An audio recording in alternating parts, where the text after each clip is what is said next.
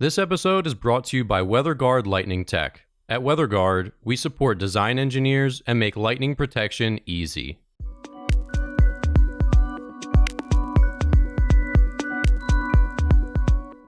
You're listening to the Struck Podcast. I'm Dan Blewett. I'm Alan Hall. And here on Struck, we talk about everything aviation, aerospace engineering, and lightning protection.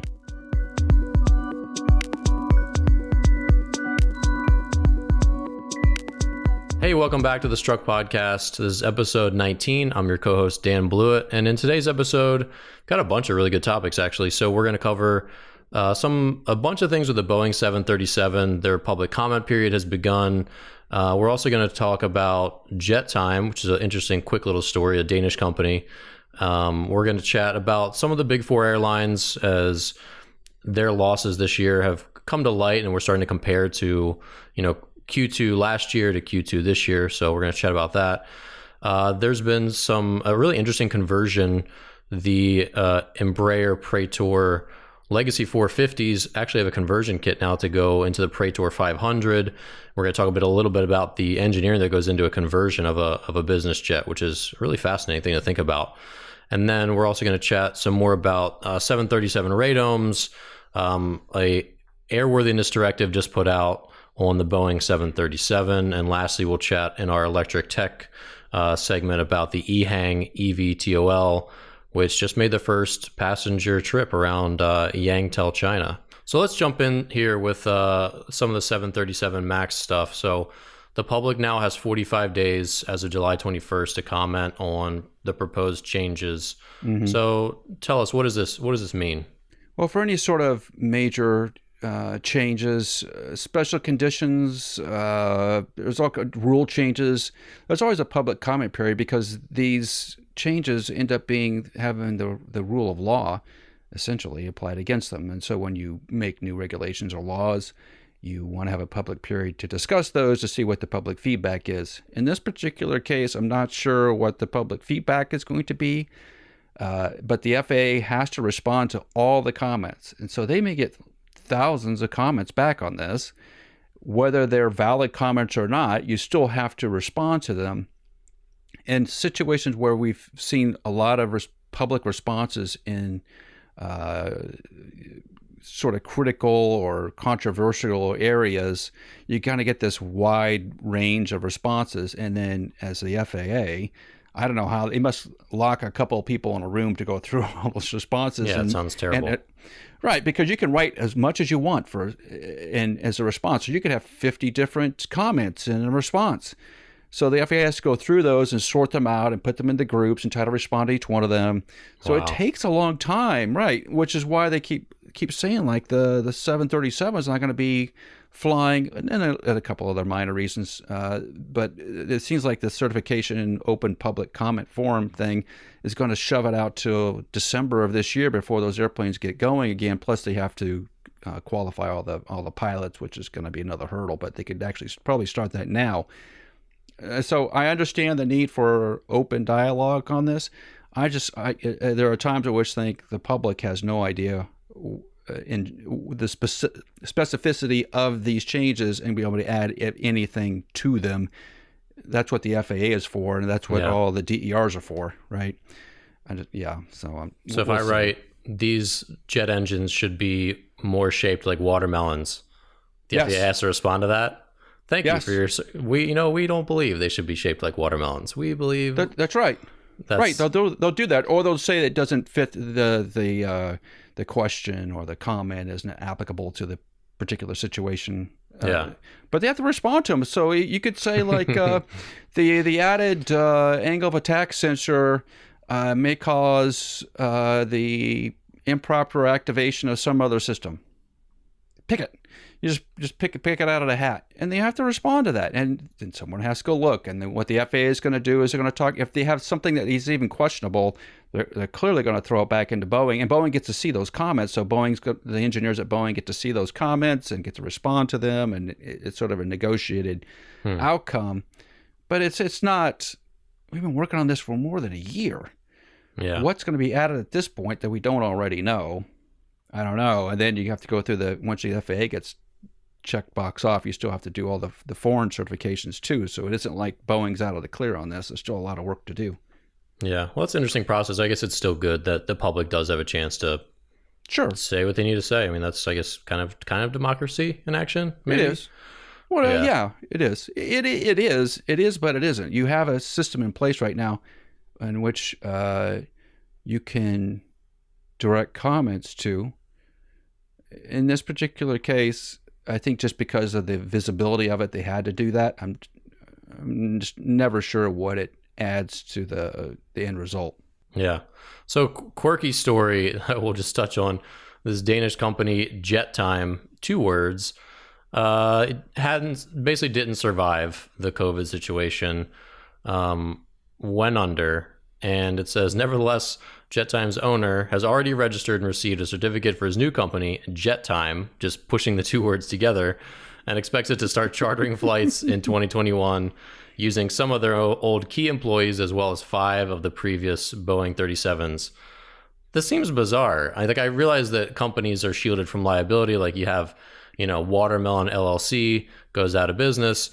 You can then just like start a new LLC, right? Like, and those assets are gone and creditors can come after the LLC, but not, you personally or whatever. But like, does this seem weird to you that they just made another business that quick? It does. There's something called the corporate veil, or piercing the corporate veil. You can't be malevolent and do bad things, intentionally skirt creditors because you have a corporation veil. In this particular case, that's what exactly it feels like. You're like, I'm going to take all the money out of this thing and shovel into a new company. Good luck to all my creditors on the other side, and come get my airplanes. Now, if you ever watched that show on Airplane Repo, if you don't pay the airplane bills, someone's coming to get those airplanes. Mm-hmm. There's no doubt about that. So if you want to keep those airplanes, you better keep them locked under someone watching them all the time, because they're going to get repoed. Airplane companies are not playing. And I remember when I worked in Wichita, there was one of the repo guys that I knew that used to work for Cessna. They go down to South America all the time and bring airplanes back, which has got to be scary as all get out, right? You're walking down to South America, you're flying down to South America, you go into this remote field, you find the person that runs the airport and saying, can you get the keys? You're probably paying him or paying the desk person to get the keys. And then, you're trying to fuel the airplane and fly it back to America or wherever they need to take the airplane. That's serious business. So even though they may skirt the bankruptcy here, they're not going to skirt the marketplace. They totally won't. That's interesting. Yeah, it just struck me as funny, so I wanted to bring it up. So let's shift to the U.S. Big Four and who's kind of been hit the hardest. So between Southwest, Delta, American, and United, and I personally didn't realize that Southwest is about half of the size of those 3 other companies. Yeah. Delta, United, and American all do about, I guess, 45 to 50 billion in revenue a year, and Southwest does about 25. But all of them essentially have converged on the same point, which is about 2 billion in revenue in second quarter of 2020. So for Southwest, that's a much lower drop off because they're only coming down from 6 billion a quarter rather than dropping down from 12 billion a quarter. But that's right. What do you think about this? I mean, who do you think is going to come out on top as far as these 4, or what kind of predictions do you have? Well, it's all due, or at least mostly due, to the lack of international travel. So Southwest only has a selected number of flights that are outside the continental U.S. To Hawaii, Puerto Rico, and I think Mexico now too. So they're relatively limited on their international travel. And international travel is expensive. If you remember flying, if you've ever flown over to Europe, it's relatively expensive. It's a lot cheaper to fly across the United States and longer flights than it is to just hop the pond, where you're paying double, triple the amount. So there's a huge profit center in those international flights, and Southwest has never really done that. Which in this particular case is going to help them tremendously, because most of the travel is going to happen from the United States is going to be within the United States. So United and American and Delta are really going to struggle. And that's why you see all the 747s getting retired. All the big international airplanes are all getting retired, because they just don't think international flight's going to happen for a while. Yeah, the last 747. Did you see that? The thing that Qantas did? They made like this kangaroo pattern as they did their logo. Yeah, their last 740. Yeah, I don't understand it. Have you seen that recently? Mm-hmm. Like they go fly these patterns. I think what a colossal waste of fuel. Yeah. I don't understand. I mean, I understand taking the airplane out and doing like a celebratory flight for how successful the aircraft has been. And Boeing's actually made a big deal of the 747 retirement because I saw an interesting tweet the other day about the comparison between the A380 retirement and the 747 retirement. The 747 retirement is a lot of hubbub and people being nostalgic about the aircraft, and the A380 is crickets. Yeah, no one cares, Yeah. huh? Why? No one seems to care. I think the length of service, the 380 hasn't been around nearly as long as the 747. And the 747 has always been considered that super duper smooth fly airplane. And the A380 wasn't around long enough to build up that kind of legacy.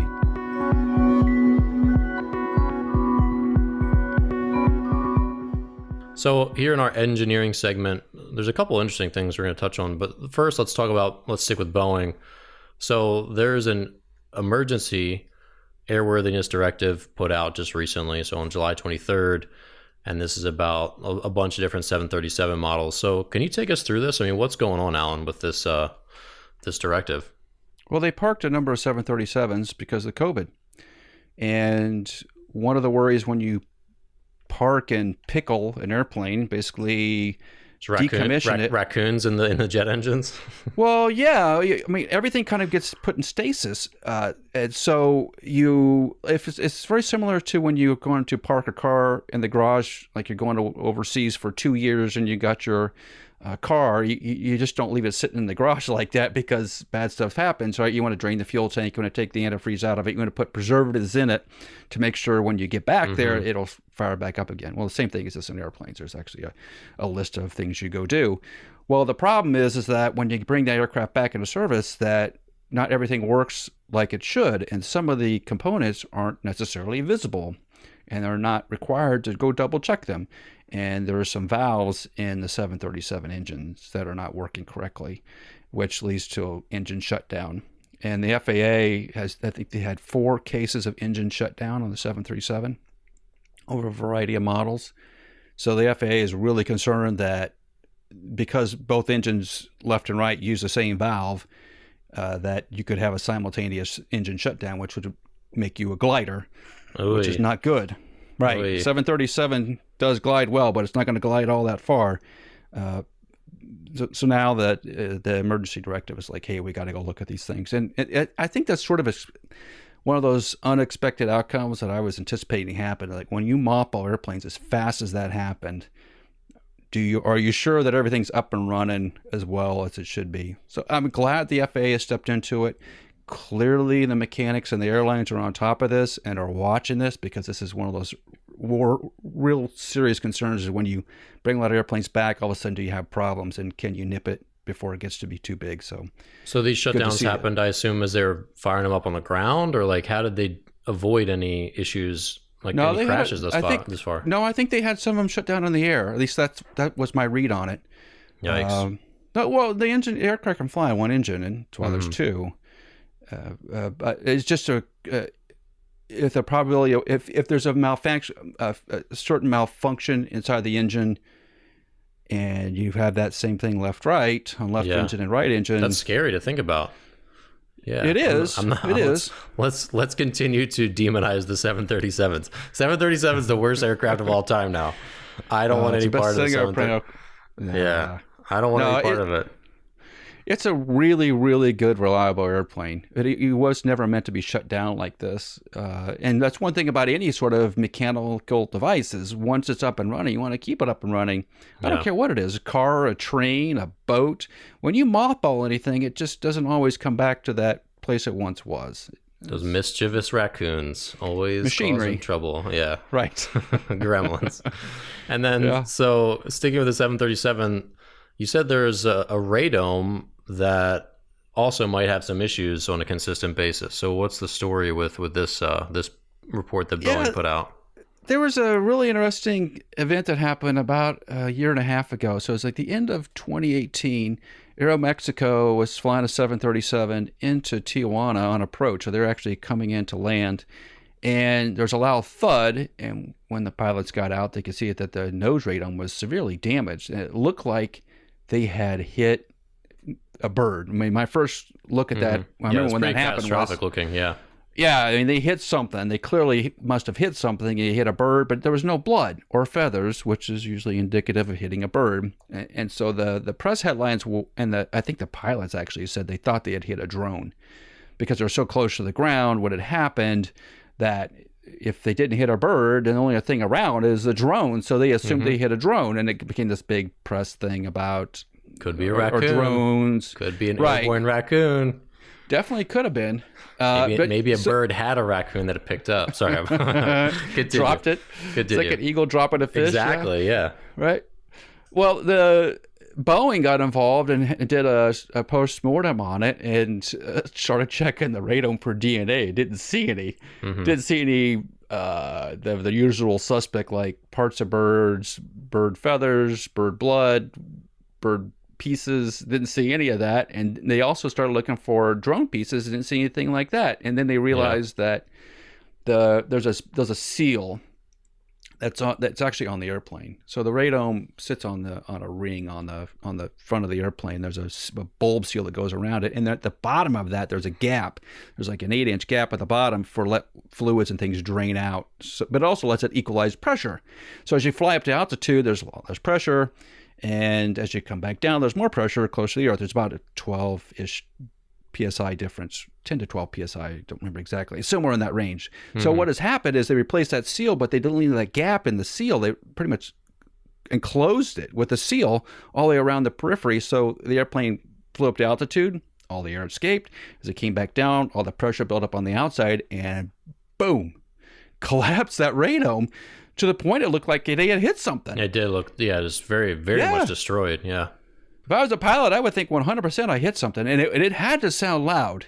And the air noise after that had to be tremendous. And as you're on approach, you just don't like those things to happen. Like, bad noises are serious.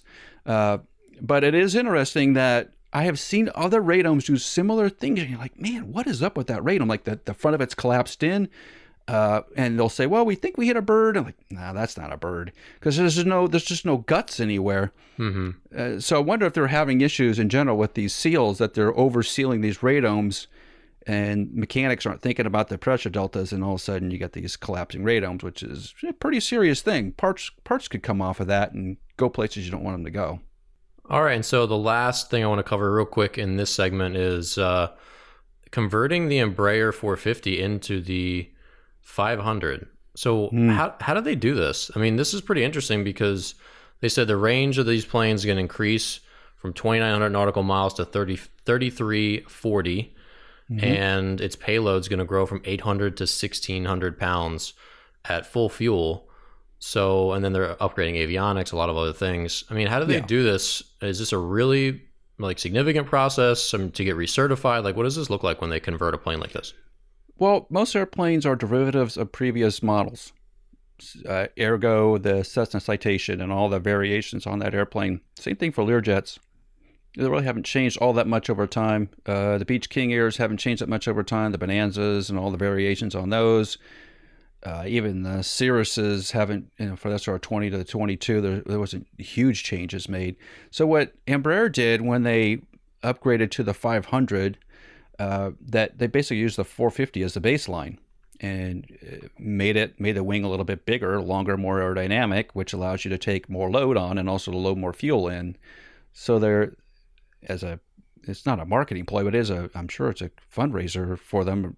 Cash, it helped raise cash, and it looks like they did the work down in Hartford, not very far from here, where they did all the engineering work to basically make the wing more efficient, put more fuel in it, move the fuel probes around so they could gauge the fuel that they added to it, and upgrade the avionics. So if you had bought a 450 back in like 2016 and the 500 came out in like 2018, you could actually upgrade it. And it may make more sense to upgrade it than to buy a new airplane. It probably does, and it probably makes the airplane more valuable at the end of the day. You have to trade it off, but it's the marketing was interesting because you could fly from Miami to Seattle, which is a long way to fly. That's a for sure long flight. It is a long flight.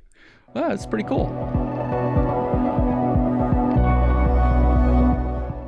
All right, now final segment here. Let's cover eHANG. So we've been talking about electric vertical takeoff and landing vehicles, and this one just made the world's first commercial trip with passengers. So eHANG was established in 2016.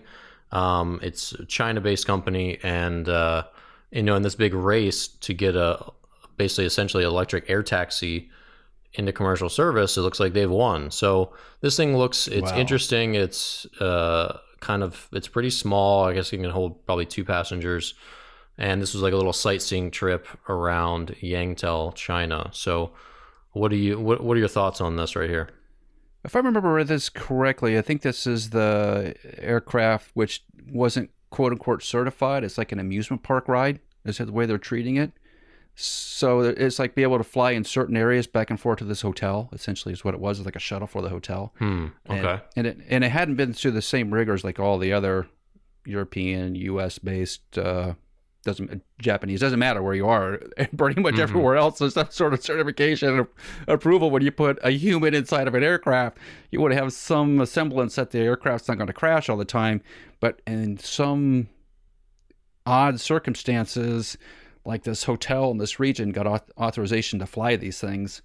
So now there's consternation in the eVTOL area of like, what's the deal? how are they doing this? And is it advantageous for the Chinese government structure to promote their industry by basically not making them go through the rigors of certification, and therefore allowing them to speed up the process and then maybe go off for certification somewhere else? It just seems unsafe. Okay. I wouldn't drive in a car in which it hadn't been crash tested and it has some sort of, validation system. I definitely would not be in an aircraft that didn't have some level of review going on with it. And this one doesn't seem, and it may be perfectly safe. Maybe have a great track record. It's just not worth risking your life over. Yeah, so I guess back in March, the company obtained their first operational flight permit. And, I guess that's valid in a couple different countries. But yeah, like you said, there's something a little bit off or just a little bit different. And It was only going 60 miles per hour. It did a short little loop. It's got a 20-mile range. So I think maybe you're right here that this is just more of like it says commercial like an tourism. amusement park ride. Yeah, that's what it seems like. Like you're at your own risk. Good luck. Yeah. Well, and speaking of which, there's a company called Revel here in the U.S. that I guess they're based out of New York, but I see their little mopeds all over D.C. And you can rent these mopeds just like you can rent a scooter. Yeah. And they're electric. And I guess they had their first person killed on one recently in New York City. I think she was actually a reporter. But oh boy, yeah. Anytime it just like for me, I like the scooters. I bought a scooter. But those mopeds have to obviously drive in traffic. They do come with a helmet you can put on.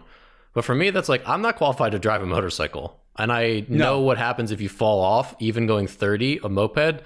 Like all your skin gets taken off. And yeah, it does. It's like there's a huge jump from scooter, for example, or bike to a moped, even if it only goes 30 miles per hour. Yeah. And these things, even if it's just like tourism, just shooting around the city, if that falls out of the sky, you're all gone. So I don't know. I guess that feels a little troubling to me that if they don't as regulate as heavily and certify, like you said, then good luck is a tough pill for me to swallow personally. Yeah. Buyer beware, right? Yeah. And so last thing I want to kind of touch on quickly is the idea of like these vertaports, these vertical takeoff and landing airports or pads. Yeah. Where do you feel like is the most viable place to put them? I've seen some really cool renderings of, essentially they put 4 stilts above a highway that's going through a city, and they put a nice flat pad so cars are going underneath it. These little choppers are landing on top of it, on top of buildings, or some people are proposing that waterfront areas are probably the best locations. What do you think are maybe a best future spot for them? Well, let's just go through a history of where aircraft land. Aircraft, for the most part, now you don't see that as much today, but originally airports were in the middle of nowhere. Even around New York City, they were in the middle of nowhere on an empty field. And the reason they were that way was because they were less likely to land into populated areas. And even the helicopters that are, if you around New York City, they've had a number of accidents in the river or near the river where the helicopters are taken off and had some sort of mechanical issue and plummeted down to earth. So I'm really dubious of putting a lot of inexperienced pilots landing on top of buildings. I think that's a mistake. I think if you landed a mile or so from where your destination is in an unpopulated area for the time being, that would help.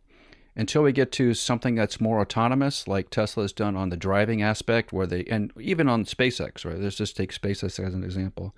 So the SpaceX, where they're landing the rockets vertically on the platforms, SpaceX is not landing those things in Houston, right? They're not landing them in a populated area. It's landing them out in the ocean. So even though they have at this point, a relatively good track record of being able to land those things on a moving platform in the sea, they're still not going to land them in the city because bad stuff can happen. And I'm struggling because Lilium put out a little press release about they don't think that the Lilium travel distances should be less than 20 kilometers, which is about 12 miles.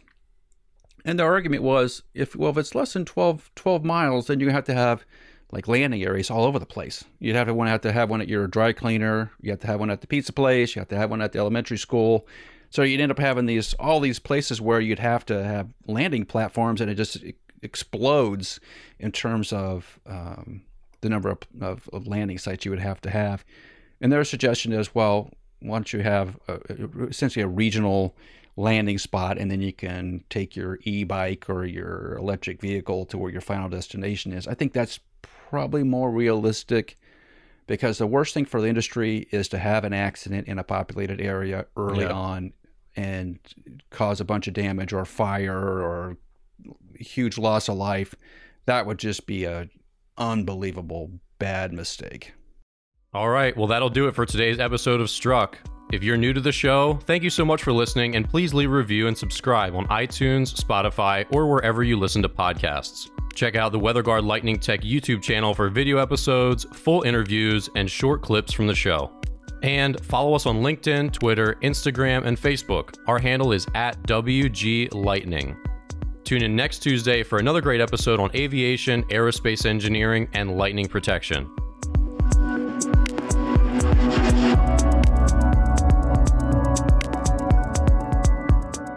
Strike Tape, WeatherGuard Lightning Tech's proprietary lightning protection for radomes, provides unmatched durability for years to come. If you need help with your radome lightning protection, reach out to us at weatherguardaero.com. That's weatherguardaero.com.